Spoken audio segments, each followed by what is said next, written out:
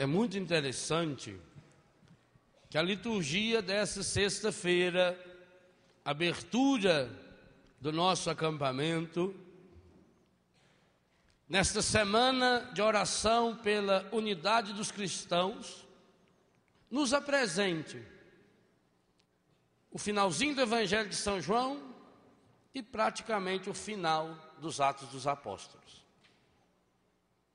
Atos dos Apóstolos também pode ser chamado o Evangelho do Espírito Santo. É o livro que fala da ação do Espírito Santo. E fala da ação do Espírito Santo guiado por duas pessoas, Pedro e Paulo.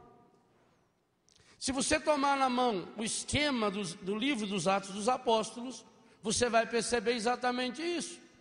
Do capítulo 1 ao capítulo 13, o protagonista é Pedro. É Pedro que toma a dianteira sempre.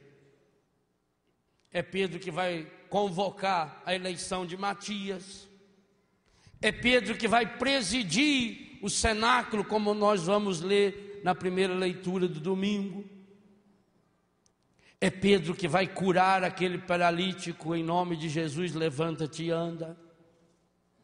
É Pedro que vai animar a comunidade cristã, é ele que vai dirigir os trabalhos na escolha dos diáconos, é ele que vai evangelizar o primeiro pagão, embora Paulo venha a ser depois o grande evangelizador dos pagãos. São Lucas faz questão de nos mostrar que o primeiro a evangelizar os pagãos foi Pedro, quando ele vai à casa de Cornélio. Depois do capítulo 15 até o capítulo 28, o protagonista é Paulo. E a tradição da igreja vai dizer que os dois morreram no mesmo dia, ou na mesma época, nas mesmas circunstâncias. E o capítulo 13, 14 e 15, o centro dos Atos dos Apóstolos. E exatamente o centro, 14 é o capítulo central. Os dois estão juntos no Concílio de Jerusalém. É um esquema fabuloso. Esse esquema começou no finalzinho do Evangelho de São Lucas, capítulo 24, e o comecinho dos Atos, quando São Lucas retoma a palavra de Jesus, dizendo que eles precisavam ir levar o Evangelho ao mundo inteiro, mas que não poderiam se afastar de Jerusalém, até que fossem revestidos com a força do alto. Essa é a experiência fundante, a experiência que cada um precisa ter de Jesus, que é o cerne das leituras de hoje. Essa experiência vem à luz no batismo do Espírito Santo. E embora muitas pessoas hoje, principalmente mal informadas, não gostem muito da expressão batismo no Espírito Santo, e é batismo no Espírito, esse é, sem dúvida nenhuma, o mais bíblico dos temas que a renovação carismática católica redescobriu na sua história. Essa é a experiência fundante, e eu não tenho medo nenhum de dizer, é o fechamento, a ação do batismo no Espírito Santo que está provocando as desgraças que o mundo moderno, e de modo especial nossa igreja, está experimentando. Não tenho dúvida nenhuma em dizer que o centro da pregação do Papa João Paulo II, depois de amanhã, na canonização da Paulina, a primeira santa que viveu em nossa terra, vai ser exatamente essa, de que o mundo precisa de um novo Pentecostes, de que cada um de nós precisamos, que cada um de nós precisa, e precisa com uma urgência absoluta, de um batismo, um novo batismo no Espírito Santo. Não é só do Espírito Santo. Nós não temos que pedir batiza, Pai, a cada um de nós com o Espírito Santo, porque batizar com é como se o Espírito Santo fosse uma coisa, um pouco de água, quem sabe, que o Pai vinha e derramava. O batismo que o Senhor opera em nós é no Espírito Santo. O Espírito Santo é Deus. O Espírito Santo é a terceira pessoa da Santíssima Trindade. O Espírito Santo é aquele que coloca em nós aquilo que Deus é. Deus é Espírito e Deus é Santo. Você já observou por que o Espírito Santo é o amor do Pai e do Filho? Porque até o nome Espírito Santo é o único da Trindade que pode ser atribuído aos três. O Pai não é Espírito, o Pai não é Santo, então o Pai é Espírito Santo. Jesus não é Espírito, Jesus não é Santo, então Jesus é Espírito Santo. Mas não podemos dizer o contrário. O Espírito Santo, amor do Pai e do Filho, que experiencia esse amor do Pai e do Filho, vem sobre nós. Ele não nos dá uma fagulha de alguma coisa que Ele tenha, é Ele que vem. E nós não entendemos isso ainda. O mundo vive essa crise de amor, essa triste crise de amor, porque não deixa se conduzir pelo Espírito Santo. E enquanto não fizermos essa experiência, é essa experiência que leva Paulo, no finalzinho dos Atos dos Apóstolos, a dar a sua vida, porque não passa agora de uma superstição, como dizia Agripas, de um certo Jesus. Infelizmente, isso que São Lucas colocou aqui na boca do Agripa e da Berenice é o que acontece na vida de muitos católicos, e triste de muitos de nós padres, e até bispos. A igreja está vivendo um momento muito difícil. É recente agora a renúncia de um grande amigo do Papa na Polônia, um bispo, arcebispo, o bispo auxiliar de Paris. Estava em Paris a semana passada e lia uma crônica no jornal Le Monde, que é um jornal pagão. O próprio jornal está sentindo dor no coração ao ver a renúncia desse bispo. Na Alemanha, o bispo auxiliar da cidade de Mainz, bem pertinho de Schoenstatt. E assim no mundo inteiro, quantas coisas estão acontecendo. Por quê? Porque para muitos de nós, a começar de nós sacerdotes, o Espírito Santo não encontra espaço suficiente para fazer Jesus ser para nós o Senhor e o Salvador, alguém que nós experienciamos, com quem nós tivemos um encontro pessoal feito esse de Pedro. E para nós também, infelizmente, Jesus não passa de um certo Jesus. E a nossa religião muitas e muitas vezes não passa de uma superstição. Do mesmo jeito que que lê o horóscopo, do mesmo jeito que põe uma pirâmide não sei aonde, é uma superstição. Mas não é algo pelo qual eu seria capaz de dar minha vida. É triste saber que a primeira coisa que nós renunciamos diante do problema, e às vezes um problema pequenininho, a primeira coisa que nós renunciamos é a nossa fé. Ah, sabe, padre, eu fui lá na Mãe de Santo, mas padre, o senhor vai me entender, eu estava tão desesperada, padre. Aí me falaram, e eu cheguei lá, tinha até uma imagem de santo, então eu fui. A primeira coisa que nós renunciamos é a nossa fé. E é por isso que nós não damos esse passo. Enquanto, meu irmão, minha irmã, enquanto não deixarmos nos conduzir verdadeiramente pelo Espírito Santo, Jesus não passa para nós de uma certa figura supersticiosa, alguém que foi importante. Quem sabe para nós Jesus é do mesmo jeito que os espíritas entendem de Jesus. Jesus foi um espírito perfeito, alguém que completou o seu ciclo de metempsicose, de transmigração de almas. Então um homem muito inteligente. Talvez Jesus não seja para nós muito diferente do Jesus psicológico que hoje se prega como um dos gurus dessa nova era, onde Jesus é alguém que me leva a sentir-me bem. Eu gosto de Jesus porque Jesus me faz bem. Eu gosto de Jesus porque quando eu falo de Jesus, quando eu canto o nome de Jesus, eu sinto bem. Jesus enche a minha alma de paz. É um Jesus romântico, mas não é um Jesus que me compromete. Alguém me dizia há poucos dias ainda: padre, eu gosto do crucifixo sem Jesus. Então não é crucifixo, é só a cruz. Eu acho tão triste Jesus crucificado. Eu não gosto de Jesus crucificado. Mas enquanto você não experienciar Jesus crucificado, você não está salvo. Talvez a gente até goste de Jesus como um libertador político, como muitos na teologia da libertação gostaram dele também.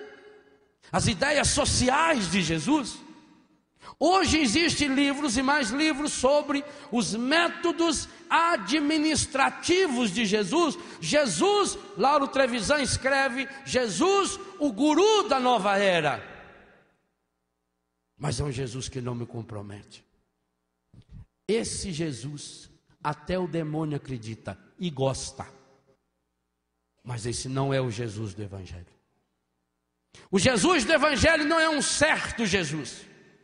É alguém em que eu tive um encontro pessoal. Como o Papa diz, de olhos abertos e coração palpitante. Esse Jesus não é uma ideia. Esse Jesus é uma pessoa. E é uma pessoa que muda a minha vida, porque me compromete, e pelo qual eu estou comprometido até o fim da minha vida.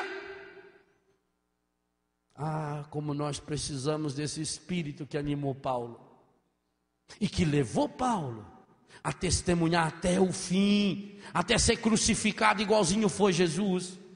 Mas para chegar a isso, Paulo fez uma linda e longa experiência, como ele nos conta na carta aos Gálatas, no capítulo 2, versículo 19. Eu estou pregado na cruz com Cristo. Já não sou eu que vivo, é o Cristo que vive em mim. Esse Cristo que vive em mim me revela o amor de Deus, que é o Espírito Santo. E é por isso que ele pode escrever para nós, no capítulo 5, versículo 5 de Romanos: a esperança não decepciona.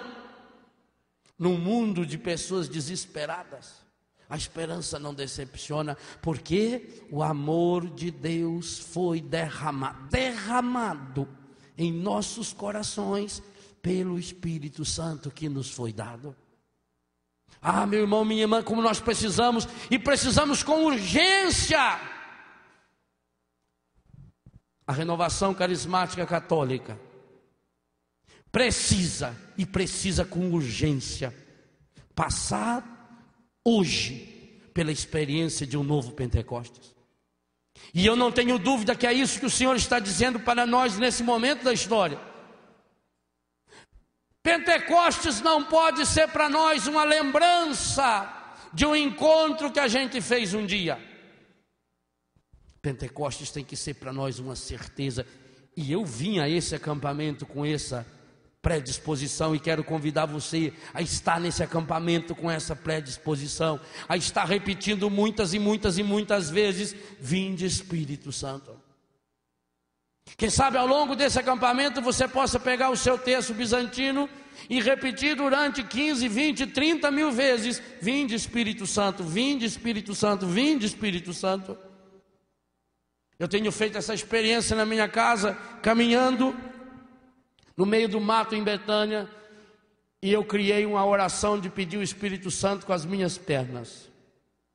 A cada 3 passos eu vou falando: vinde Espírito Santo, vinde Espírito Santo, vinde Espírito Santo, vinde Espírito Santo. E sabe o que está acontecendo? Eu começo a andar e eu sinto que meu coração já está rezando. Eu queria propor isso a você. Eu queria propor a você que em cada instante nesse acampamento, quando você fosse deitar, quando você fosse tomar banho, quando você fosse no vaso sanitário, quando você fosse escovar o dente, quando você fosse comer o seu lanche na cantina, que você estivesse repetindo: vinde Espírito Santo, vinde Espírito Santo, vinde Espírito Santo. Eu desafio você, aquilo que vai acontecer na sua vida, aqui e a partir daqui, desse acampamento, se você conseguir botar lá no coração e do coração tomar conta do seu corpo inteiro, esse pedido que a igreja está nos propondo fazer: vinde Espírito Santo, vinde Espírito Santo. Nós precisamos desse Espírito Santo. Nós estamos morrendo sem o Espírito Santo, nós estamos deprimidos sem o Espírito Santo. Hoje de manhã, alguns dos meus filhos começaram a me olhar com os olhos arregalados, porque na missa que nós celebrávamos lá em casa, começando o retiro deles também, eu comecei convidando a eles, dizendo que eu tinha um grande desejo no meu coração, que nesse final de semana, todos eles ficassem completamente bêbados, que todos eles ficassem completamente chapados, que eles aspirassem muito mais do que um carreiro de cocaína, que eles chupassem e segurassem o ruá, o hálito de Deus, muito mais do que um bom cigarro de maconha, bom do ponto de vista da maconha, porque é isso que Deus quer fazer em nossa vida. E a gente tem ou não tem essa coragem, porque Pedro, no dia de Pentecostes, começaram a rir dele, dizendo que eles estavam bêbados. Eu quero pedir a Deus a graça de ficar bêbado nesse final de semana, não com o vinho, que é muito fácil, mas aquele pedido de Paulo: inebriai-vos com o Espírito Santo, enchei-vos do Espírito Santo, deixar o Espírito Santo penetrar cada poro do meu corpo, desde a ponta do meu pé até a ponta do meu cabelo. Eu preciso estar cheio do Espírito Santo, eu tenho que estar repleto desse Espírito Santo, e enquanto isso não acontecer, eu não estou batizado no Espírito ainda. É muito interessante a gente perceber que o Novo Testamento não tem medo de usar superlativo quando fala do Espírito Santo. Jesus pede para nós a plenitude do Espírito Santo, para que vocês sejam cada vez mais revestidos, cheios, repletos do Espírito Santo, como Maria, cheia do Espírito Santo, no dia de Pentecostes, e todos ficaram cheios. Talvez esse Paulo hoje, se pudesse olhar para cada um de nós, iria dizer: enchei-vos do Espírito Santo. Por que você está vivendo num vazio? O mundo está vivendo num vazio, as pessoas estão vivendo na angústia, as pessoas estão vivendo na depressão. E por que está vivendo assim? Porque está com o coração cheio de tudo quanto é porcaria, inclusive cheio de algumas ideias a respeito de Deus. Mas é hora de sermos homens e mulheres cheios do Espírito Santo. Enquanto não houver cada um dos nossos poros repletos do Espírito Santo, nós temos que continuar pedindo: vinde Espírito Santo. E por que nós podemos pedir isso? Porque é a única coisa a fazer para receber o Espírito Santo. Jesus disse: para você receber o Espírito Santo, a única coisa que você tem a fazer é pedir. E ao pedir, dar um passo, permitir, dizer: eu quero. Mas não esse desejo, não só esse desejo emocional que às vezes toma conta do coração da gente. Tem que ser uma vontade para valer. Será que eu sou capaz de me prostrar nesse final de semana para receber o Espírito Santo? Às vezes eu tenho a impressão que nós nunca passamos por um problema sério. Quando a gente lê na Bíblia, por exemplo, a rainha Esther, diante de uma situação de desgraça que ia acontecer com o seu povo, ela vai lá, tira sua veste de rainha, coloca uma veste de saco e deita-se com a cara no chão, de bruço, durante um dia inteirinho, para todo mundo ver. Ela era rainha, podia ficar escondida lá dentro do quarto dela, rezando. Ela estribucha no chão. Ela tira suas máscaras. Mas nós não precisamos pensar na rainha. Será que nós já tivemos a coragem de fazer a experiência de Jesus? Me impressiona muito o Jesus do Getsemane. Pensa bem, Jesus, a segunda pessoa da Santíssima Trindade, o Filho com F maiúsculo do Pai, que tem a coragem de chamar 3 apóstolos, e diga-se de passagem, parece que os 3 piores para aquela ocasião: Pedro, Tiago e João. Aliás, os únicos 3, sem falar de Judas, dos quais o Evangelho aponta defeito. Tiago e João queria estar sentado um à direita, o outro à esquerda. Os 2 tinham um temperamento medonho. Tanto que quando passaram num lugar, não foram bem recebidos, chegaram para Jesus e falaram: se o senhor quiser, nós manda baixar fogo no meio daquela cidade lá. Tem um autodomínio fabuloso. Jesus pôs até um apelidinho neles, lembra? Boanerges, quer dizer filhos do trovão. Ah, é ofensa. Falar que a gente tem uma voz de trovão já é ruim. Agora falar que você é filho do trovão. Trovão só aparece, gente, quando escurece tudo. Quando o tempo vai... A hora que você vê um trovão, você já fala: Santa Bárbara Virgem. Jesus falou que Tiago e João eram filhos do... E ainda queria sentado do trono dele, queria uma beirinha. Falaram com a mãe, a tia de Jesus, a Maria era a tia de Jesus. Veio lá. Dá um jeito de você arrumar uma vaguinha aí, não. Põe o Tiago do lado esquerdo, o João do lado direito. Jesus falou: tia. Ele não falou tia, ele pensou outra coisa. Mas não podia falar, né? E o outro é Pedro. O Pedro que negou ele 3 vezes. O Pedro que um dia ele virou para ele e falou: afasta-te de mim, Satanás. Portanto, do ponto de vista humano, 3 péssimos conselheiros. Mas Jesus estava numa situação de angústia tão profunda que ele chamou os 3 à parte e pediu ajuda para eles. Isso mexe com o meu coração. Vocês podiam rezar comigo? Jesus pediu oração para Pedro, Tiago e João, os 3 piores da turma. E Jesus vai, prostra-se no chão e fica lá mais de 1 hora chorando. Jesus angustiado. Jesus chegou a suar sangue, diz São Lucas. E Lucas era médico, a medicina diz que quando uma pessoa chega a suar sangue, é porque a sua tristeza, a sua angústia, a sua depressão é tão profunda que os poros do seu organismo soltam. Os pequenos capilares, eles estouram.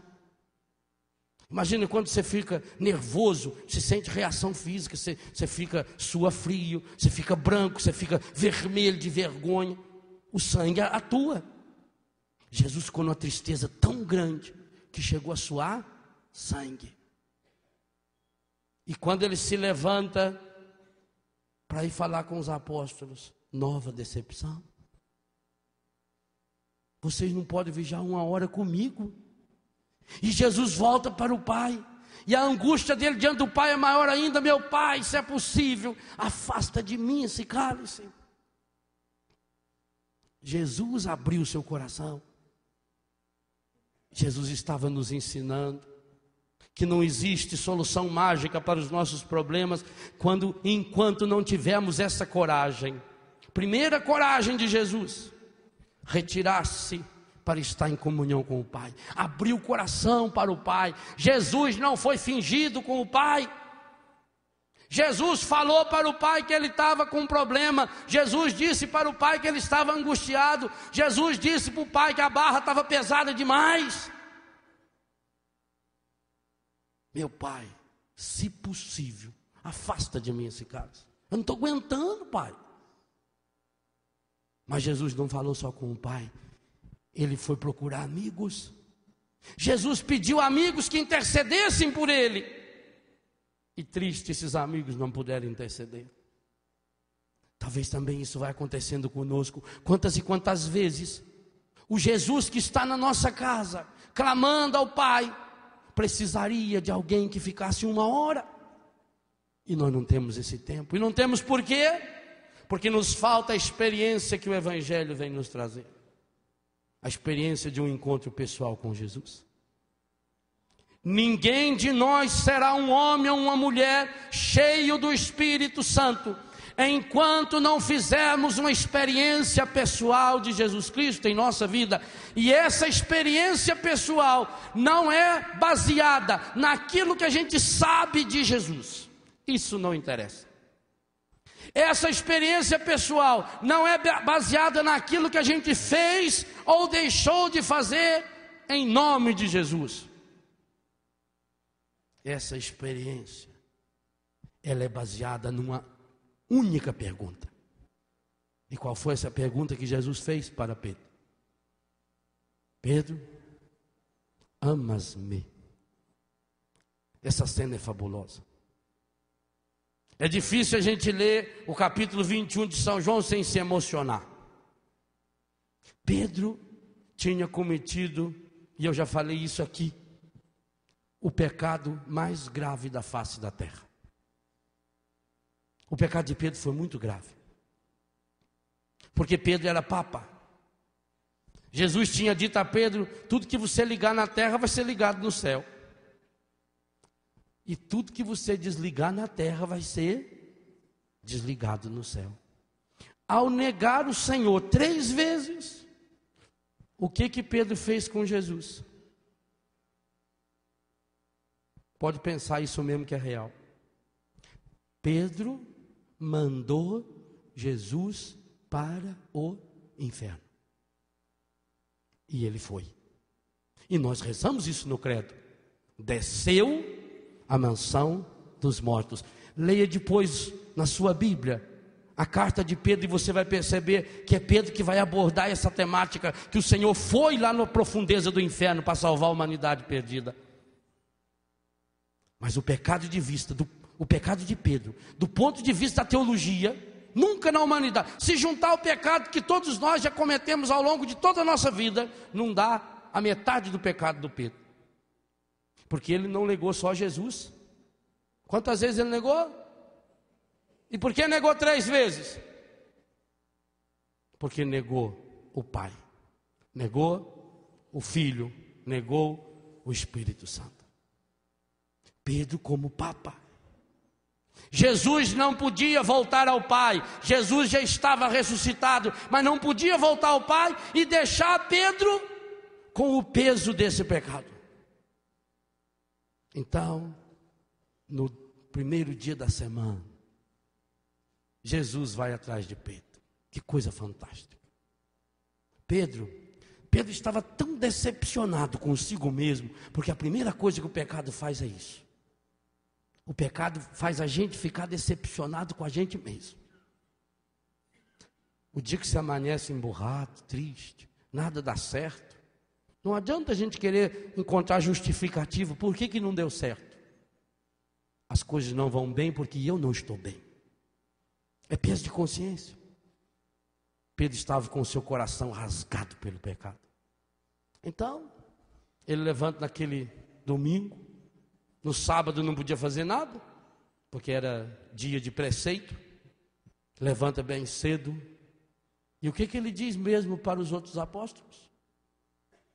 Eu vou pescar. O que significa Pedro dizer eu vou pescar? Se fosse eu que falasse eu vou pescar, milagre, porque eu nunca pesquei na minha vida. Mas Pedro falar vou pescar, o que significa? Hein? Ele voltou à vida antes de conhecer Jesus. O que ele era antes? Lucas capítulo 5, a primeira pesca milagrosa. Lucas capítulo 5 e João capítulo 21 é igualzinho. Mesmo barco, mesmo rio.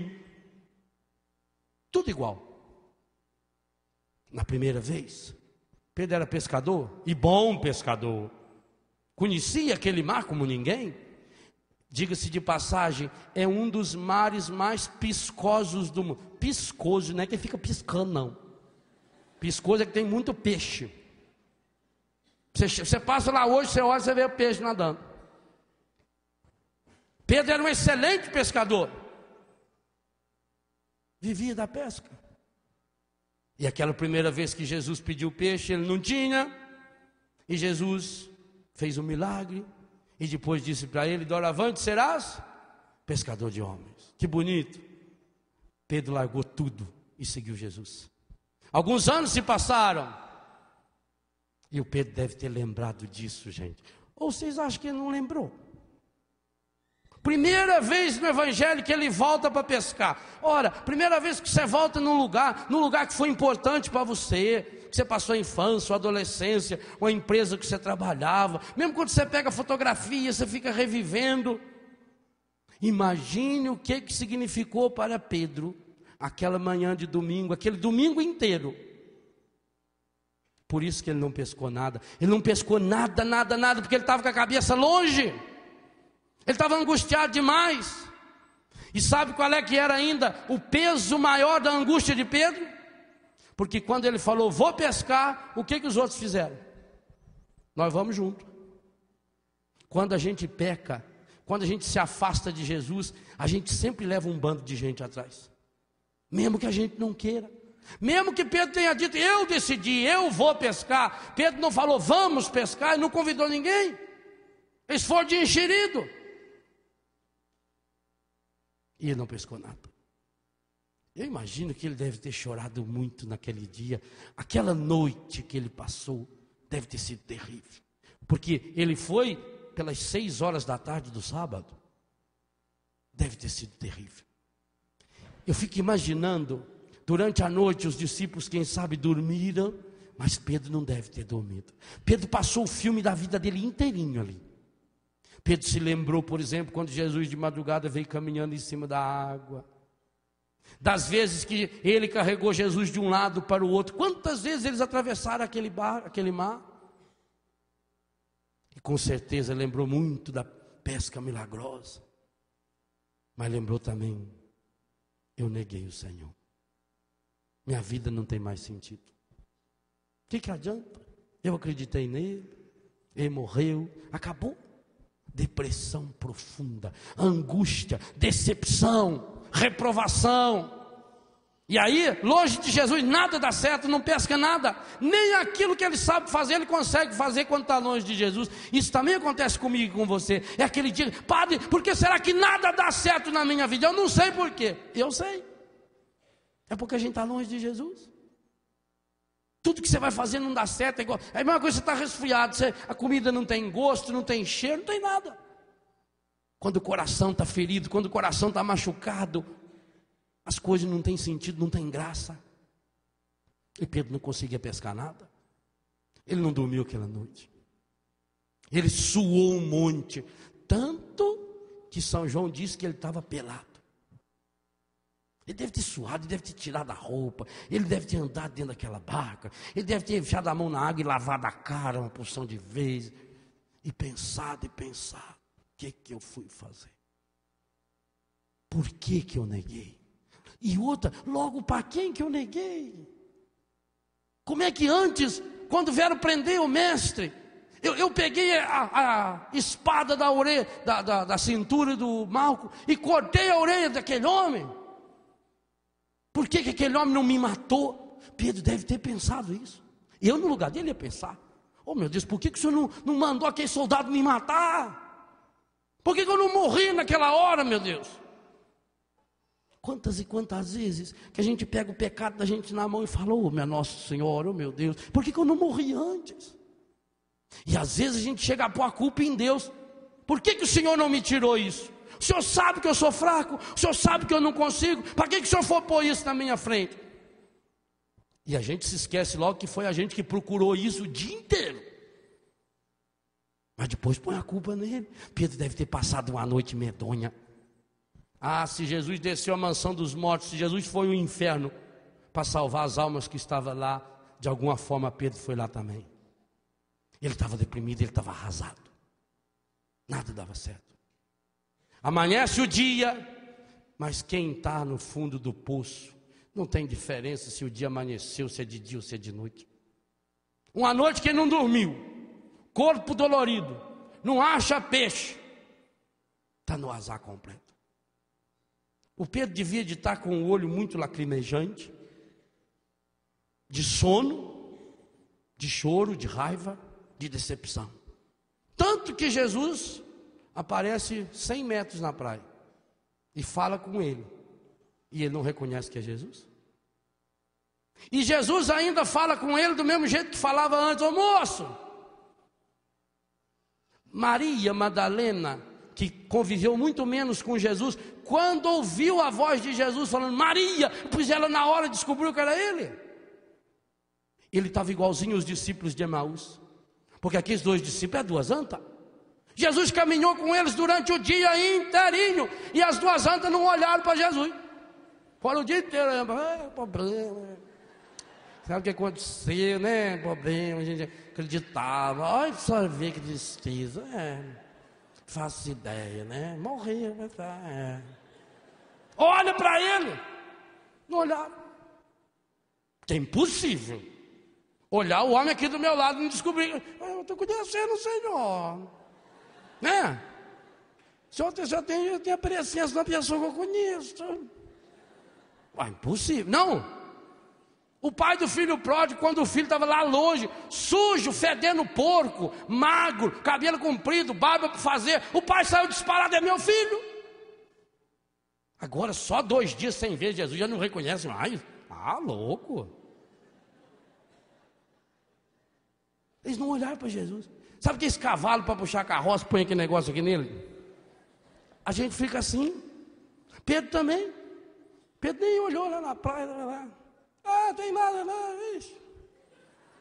Tá ruim, tá ruim, tá difícil. É a crise, problema, Joga do lado direito aí, rapaz. Quer dizer, Jesus quis dizer, joga direita a rede. Não é para falar, joga do lado direito. Joga direito, você está jogando errado. Aí ele jogou 156 baita. Grande. Era tão grande que os 7 que estavam juntos não conseguiu puxar a rede, diz São João no Evangelho. E São João, que estava dormindo, acordou com aquele barulhão e falou: é o Senhor. E o Pedro, não é possível. O Pedro pôs roupa e pulou na água. Que inteligência. Vai pelado, leva a roupa na mão. Chegava lá, punha a roupa sequinha. Mas diante de Jesus, o Pedro é um espetáculo. Põe a roupa e pula na água. Jesus, quando viu Pedro fazer isso, falou: é ele mesmo. É o meu Pedro, esse é ele. Por isso que eu tinha que vir buscar esse danado.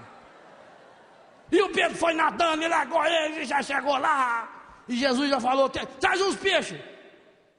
Ele foi sozinho e puxou a rede. Antes, 7 não conseguiu puxar. Longe de Jesus, você pode estar em 10, 20, 30, que você é fraco. Perto de Jesus, você é forte. Sozinho você vai lá e puxa.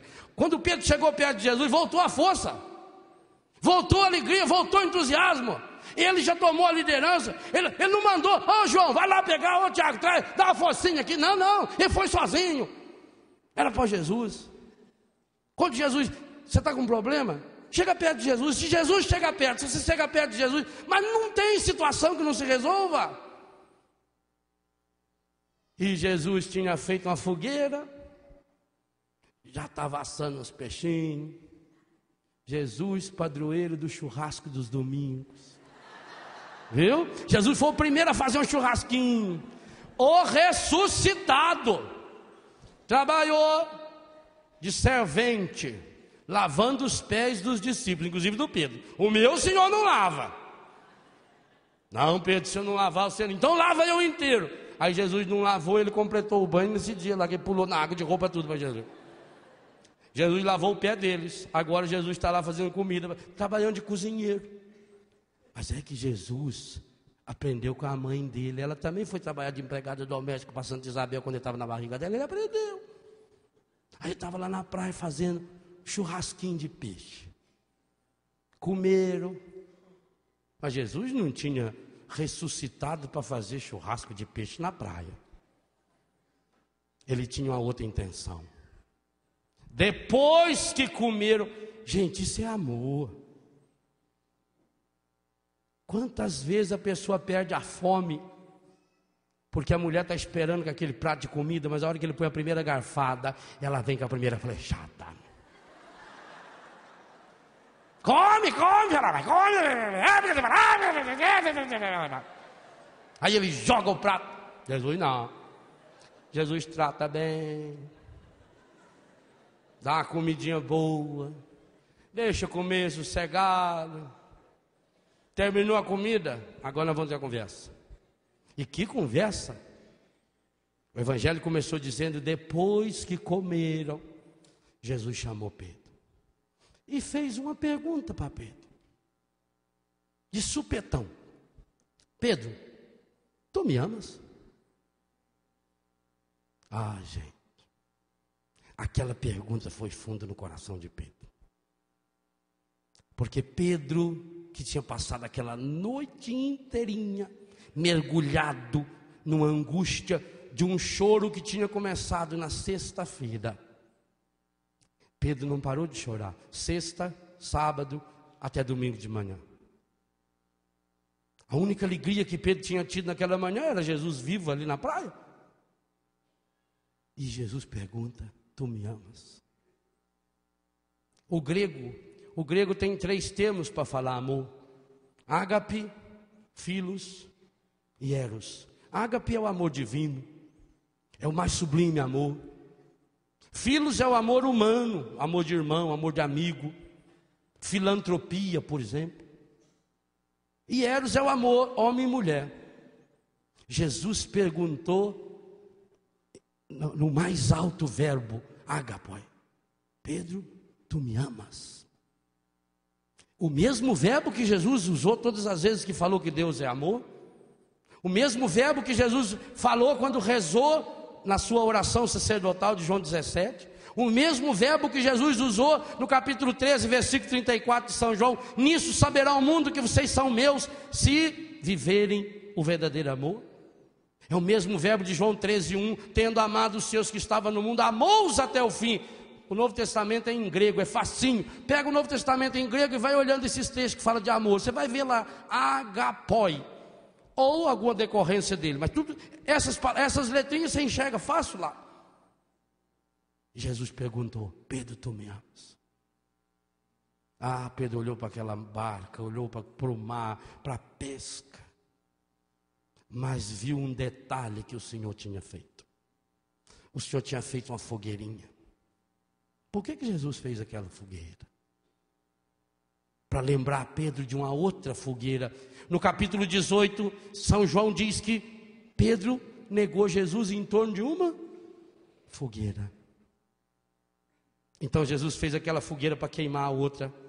Talvez fosse até com alguns restos de carvão que pegou daquela. E Pedro olhou para aquela fogueira e lembrou do quê? Que ele tinha negado Jesus. Então como é que Pedro responde? Sim, Senhor, tu sabes que eu... E aí vem a primeira grande sinceridade de Pedro. Pedro não diz para Jesus: tu sabes que eu te amo. Pedro não usa o mesmo verbo de Jesus. Pedro desce o verbo. Pedro usa o verbo philos, que nós poderíamos traduzir assim: ágape por ama e philos por gostar. Então Pedro respondeu para Jesus: Senhor, tu sabes que eu te gosto. E parece que Jesus gostou da sinceridade de Pedro. Era o Pedro dele.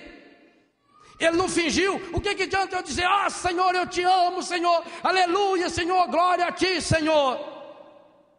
Nem todo que me diz Senhor, Senhor entrará no reino dos céus, mas aquele que faz a vontade do meu Pai. O que adianta eu cantar: eu te amo, sou louco de amor por ti, meu Jesus. E o que as pessoas percebem em mim? Contra testemunho, ódio, mágoa, ressentimento, mentira. Uma pessoa que só vive falando mal da vida alheia. Que adianta eu vou lá no grupo de oração, eu tremo de tanto rezar em língua. E saio dali, eu fico descendo a língua nas pessoas. Tem gente que tem o duplo dom da língua, o de Deus e do encardido. Com o dom da língua que o Espírito dá, ele louva a Deus. Com o dom da língua, porque o encardido tenta copiar tudo de Deus, inclusive no dom das línguas. E é muito interessante que a maior parte das pessoas que não aceitam o primeiro dom das línguas, que é de Deus, acaba aceitando o dom da língua do encardido. Pedro não falou, eu te amo, Senhor. Ele não podia mais mentir para Jesus. Jesus tinha visto ele pelado. E ele então confessou, tu sabes que eu te gosto. Segunda vez Jesus pergunta. Pedro tinha negado Jesus 3 vezes, pois Jesus tinha que confirmar a fé de Pedro 3 vezes. Gente, significa que o Espírito Santo vai se derramar sobre nós. Quantas vezes tivemos a humildade de voltar para a fogueira do coração do Senhor? Segunda vez Jesus pergunta, tu me amas, Pedro? Jesus usou o verbo agapoi. Jesus insiste no verbo, como que dizendo para Pedro, eleva esse amor. Eu não quero só que você goste de mim não, Pedro. Eu quero que você me ama. E Jesus continua fiel no seu verbo. E por isso, segunda vez, Jesus pergunta, Simão, filho de Jonas, tu me amas? E qual é a resposta de Pedro? Pedro é honesto mais uma vez. Pedro tinha aprendido a lição. Tinha valido a pena passar aquela noite de lágrimas. E eu digo uma coisa a você hoje, meu irmão, minha irmã. Muitos de nós não chegamos ainda a essa graça de poder dizer para o Senhor, tu sabes que eu te amo. Porque na primeira situação que nós já tivemos, e sou capaz de dizer que cada um de nós aqui já teve. Na primeira vez que nós tivemos a chance de passar uma noite chorando amargamente os pecados, nós buscamos o consolo num pecado. Nós saímos para a droga.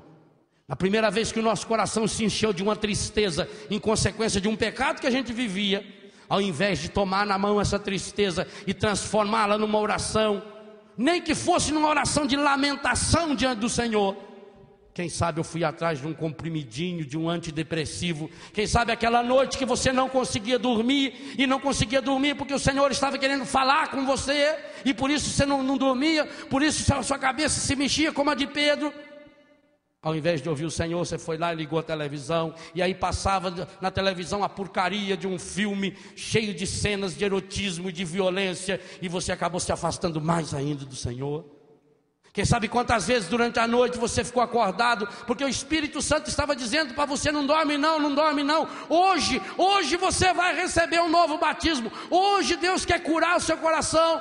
Mas você ficava desesperado, e como está atrás de soluções rápidas, de soluções fáceis, então levantava, ia na geladeira, pegava uma lata de cerveja, um gole de cachaça, e comia e bebia, e anda para um lado, e quem sabe pegava um telefone, e ficava discando, como recentemente eu li uma avaliação, de que 99% das pessoas que ligam para esses telefones de porcaria de telesexo, faz isso depois da meia-noite.